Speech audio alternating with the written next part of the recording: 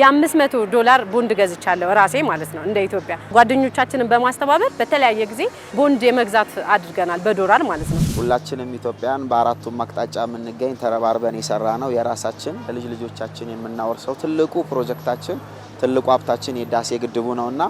እኔ በግሌ ቦንድ ገዝቻለሁ የምችለውን ያክል ያቅሜን አስተዋጽኦ አድርጌያለሁ ታላቁ የኢትዮጵያ ህዳሴ ግድባችን ማንንም እንደማይጎዳ ኢትዮጵያውያንን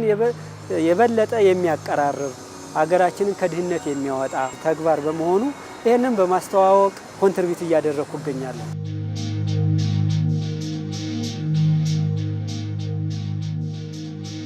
ይሄ ፕሮጀክት ለዚህ ደረጃ ላይ መድረስ የቻለው ፍትህ እንዳላት በወንዟ ለመጠቀም በማስረዳት በህዝቡ ጠቅላላ ርብርብ በመንግስት ርብርብ ነው ለዚህ ደረጃ መድረስ የቻለው ግድቡ ለአፍሪካም ምሳሌ መሆናችን ከአድዋ ቀጥሎ በተግባር ያስመሰከርንበት የአንድነታችንና የጽናታችን ውጤት ነው ህዳሴ ግድብ ሰራተኛው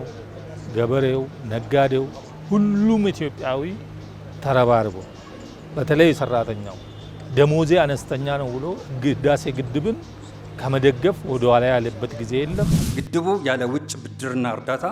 ኢትዮጵያውያን በገንዘባችን በላባችን በደማችን የገነባነው እንዲሁም ህይወት የገበርንበት የፍትሃዊ ተጠቃሚነት ጥያቄን የመለሰ የነጻነትና የሉዓላዊነት ምልክት ነው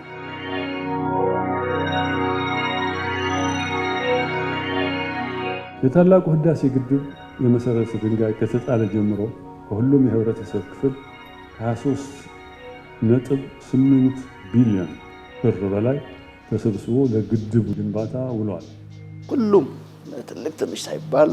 ከአርብቶ አደር እስከ አርሶ አደር ከምሁር እስከ ገጠር ካለው ማህበረሰብ እስከ ባለ ሀብት በሙሉ ያለው ሁሉም ሰው የራሱን ድርሻ የራሱን አበርክቶ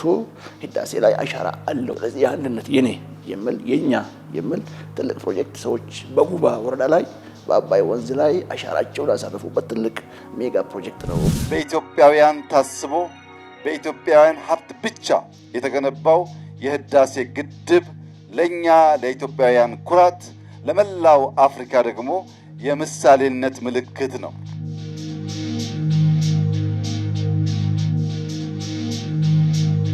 ሱዳን ላይ በየአመቱ የጎርፍ ችግር ነበር ህዳሴ ከመጣ በኋላ የጎርፍ ችግር ሰምተን አናውቅም የኢትዮጵያ እድገት የኢትዮጵያ ኢነርጂ ከአካባቢ ሀገራት ትስስር ውጪ ለብቻ በማደግ የሚረጋገጥ አይሆንም የ21ኛው ክፍለ ዘመን አጋማሽ ለመላው አፍሪካ የመጣ ብስራት ስለሆነ እኛ ኢትዮጵያ ውስጥ የጀመርነው እድገት ጎረቤት ወንድም ሀገራትን የሚነካና አስተሳስሮ